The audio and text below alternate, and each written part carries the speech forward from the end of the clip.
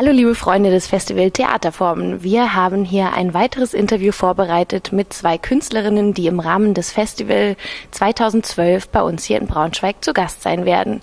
Ich begrüße neben mir Lucy Hayhoe und Abigail Conway von der Gruppe Subject to Change aus London. Welcome. Thank you. It's really nice to have you here. You've been here looking around the city and seeing the place where your show will take place.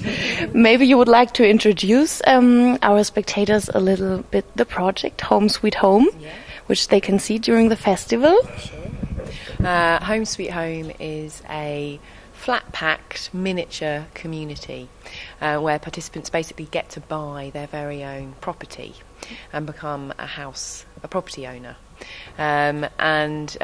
It's built over a course of several days, or in this case over 6 days, where residents can come, or audiences can come, become a resident of this new community.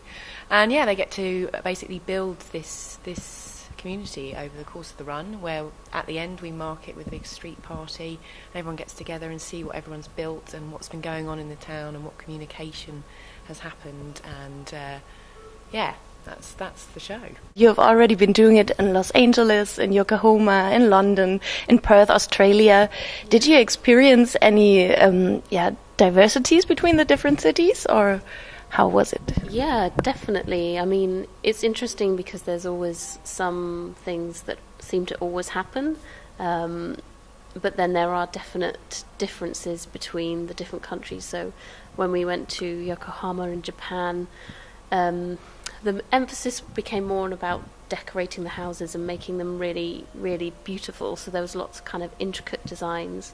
But then recently we've been to a different town in Japan and had quite a different result. And it was much more about the community and much more about building a train station and building a school. And so it varies from country to country, but it also, it's even more specific than that. And I think it really depends on the town. So in Los Angeles, we had a kind of very conservative town, actually.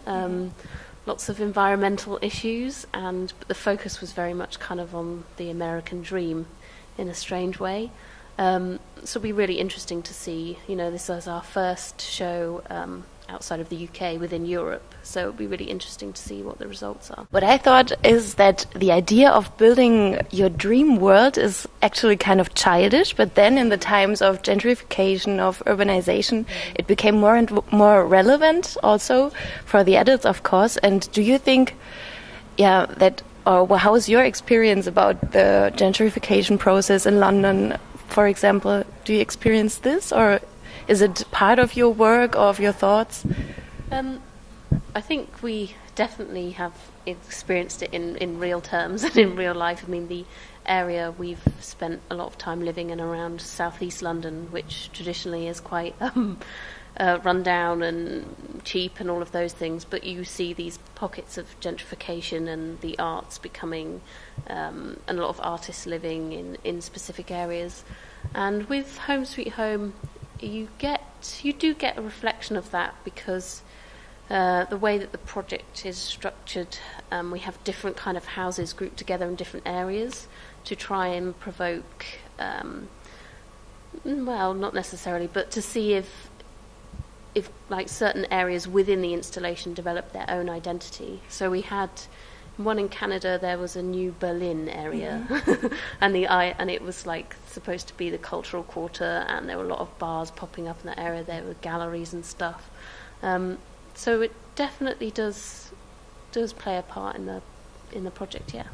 And did you experience that maybe the so-called social skins maybe are getting a little rare in the times where people are sitting a lot in front of their computers, being very isolated of the society, and then taking part in a project like yours, which is highly, like a community thing? Yeah, absolutely. I mean, I think a lot of people, again, when we were looking at, it was around the time when computer-generated games, where they were looking at people, basically looking at living people taking on a character like Sims, and there was another one that I can't remember, but this is the other end of it. We wanted to build something that that brought people together in just a fun way, but in a real way. And I think that's really important in terms of genuine interaction, and that audiences come together and may just be making houses, but they will bump into strangers in the supply shed getting their glue, or what are you making, or what are you decorating, and just trying to get people together to talk. And it's really nice at the end of the street party when we have audiences coming back with their friends and their family to show them what they've built, and the party becomes a really genuine kind of street party in that kind of old school way of people coming together to celebrate something that they've made. And Lucy and I are very much, we say that without people, it wouldn't be made. So without people coming and appreciating art and taking part in some way, and this way is very participatory, then it wouldn't exist. People can, there's a lot of choice in the way you interact with Home Sweet Home. If you'd rather just, sit with yourself and, your family and make your house, then that's fine. But if you want to get more involved, you definitely can, and people do, yeah.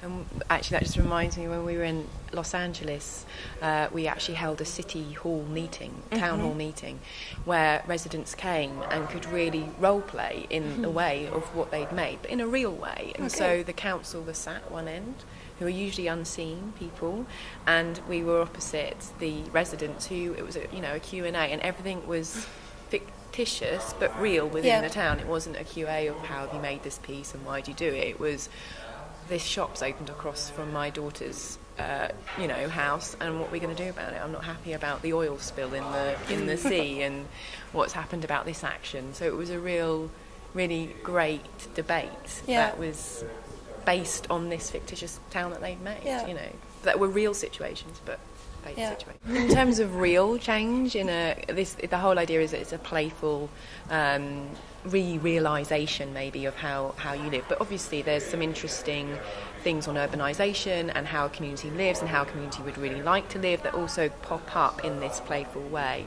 And we've worked with architects who have been much more interested in those kind of developments, and what would we do if we didn't have any plots, and what would happen, how people buy, for example, is quite interesting. Will people go for a high density area because they know it's popular, or do they want to go to the other end of town where no one lives?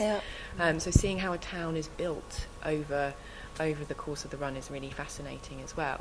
And in terms of real change, of making its mark on really a real city, I think we leave it in the land of the fictional, but within that we can really play with real issues that have been reflected with the BP. They will come up. They will come up, and that's where it's really nice going travelling with it, because obviously everyone has their own cultural issues and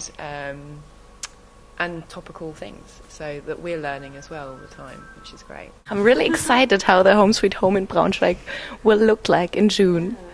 Well, I thank you very much for the interview. And vielen Dank an Abigail und Lucy. Wir freuen uns auf Home Sweet Home in Braunschweig und kommen Sie und bauen Sie mit im Städtischen Museum hier in Braunschweig. Vielen Dank.